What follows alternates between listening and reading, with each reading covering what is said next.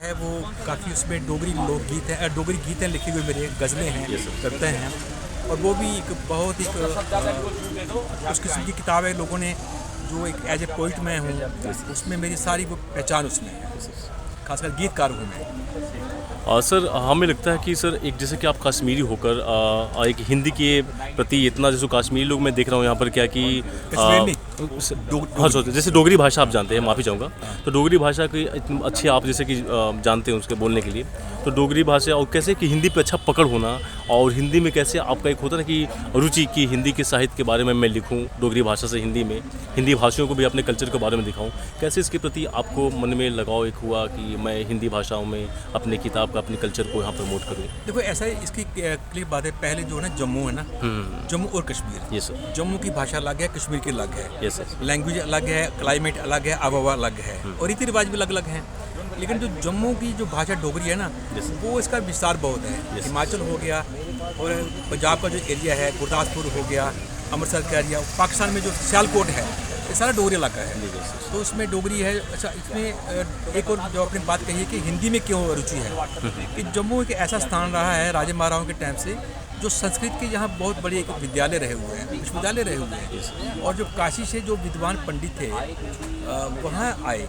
अभी देखिए जम्मू में ना जो मिश्रा हैं और वत्स हैं और कुछ जो कास्ट हैं वो जम्मू की नहीं है, लेकिन जो महाराजा प्रताप सिंह के टाइम से वो उन्होंने वहाँ से उनको स्टेट सब्जेक्ट दे के वो उनको जम्मू कश्मीर के बसिंदे हैं, वो संस्कृत के विद्वान बन के आए यहाँ। इसलिए इतना प्रचार संस्कृत का मंत्रोच्चारण इतना बढ़िया है जम्मू में, आपको लगता नहीं कहीं और होगा। मतलब इतना इतना ये जड़ें हैं। और हिंदी तो नेचुरली लोग प्रचलित भाषा है। भाषा ऐसी है जो राष्ट्र को एक संप्रेषण के माध्यम से, संप्रेषण है जो माध्यम, कम्युनिकेटिव लैंग्वेज है, इसको तो हर बंदा जानता है। खासकर डोगरी में हिंदी और फारसी का खास असर है। Okay sir.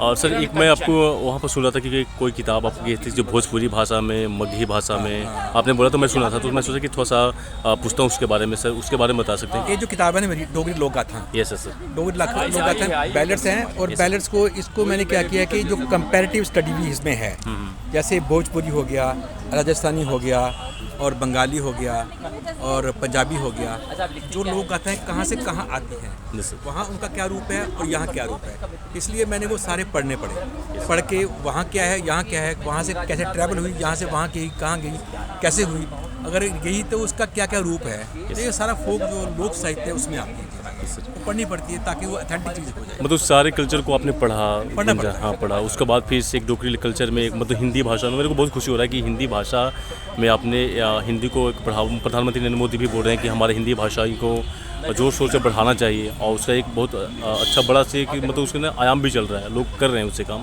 क्योंकि हिंदुस्तान में होकर और लोग ना हिंदी भाषा बोलने में शर्माते हैं, दो चार इंग्लिश भाषाएं कोई बोले तो उन्हें स्टैंडर्ड समझते हैं, पढ़े लिखे समझते हैं।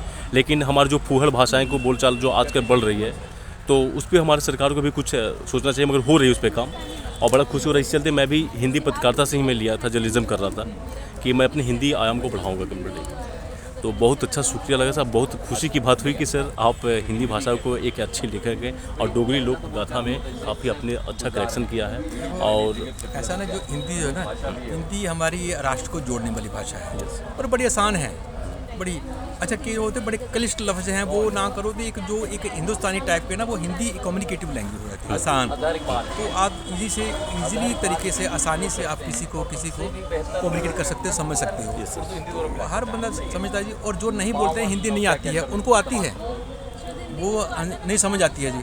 आप उनको बोलो कि आपको हिंदी आती है, नहीं मुझको हिंदी नहीं आती है, तो वो किस में जवाब दे रहा है, वो हिंदी में दे रहा है, जवाब दे रहा है, नहीं मुझे नहीं आती जी, वो हिंदी में बोल रहा है ना, मुझे नहीं आती, तो उसको आती है, तो सबको आती है जी। बहुत अच्छा लगा सर आपसे बात की। इसी के साथ आप देख सकते हैं कि सर हमारे पास आए हुए थे और मैं आपको सर से रूबरू कराया इनकी जो भी किताबें डोगरी लोक गाथा है।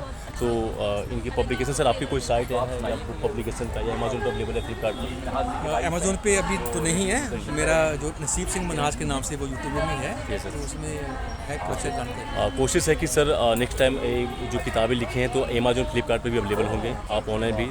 और कोशिश करें सर कि अपनी किताब को थोड़ा सा बहुआयामी तरीका से कश्मीर का जो डोगरी भाषा में आपने लिखा है तो इसे आप प्रमोट करें अमेजोन फ्लिपकार्ट पे भी, ताकि हमारे जो भी ऑडियंस देख रहे हैं कश्मीर वाले, जम्मू कश्मीर वाले, लद्दाख वाले देखेंगे तो आपकी किताब को अगर मांग हो रही है तो आप फ्लिपकार्ट और अमेजोन से बात करके आप उस पर अपना शॉप के लिए उन्हें बात करके मेरे शॉप के लिए पब्लिक जो डिमांड करे तो मिल सके।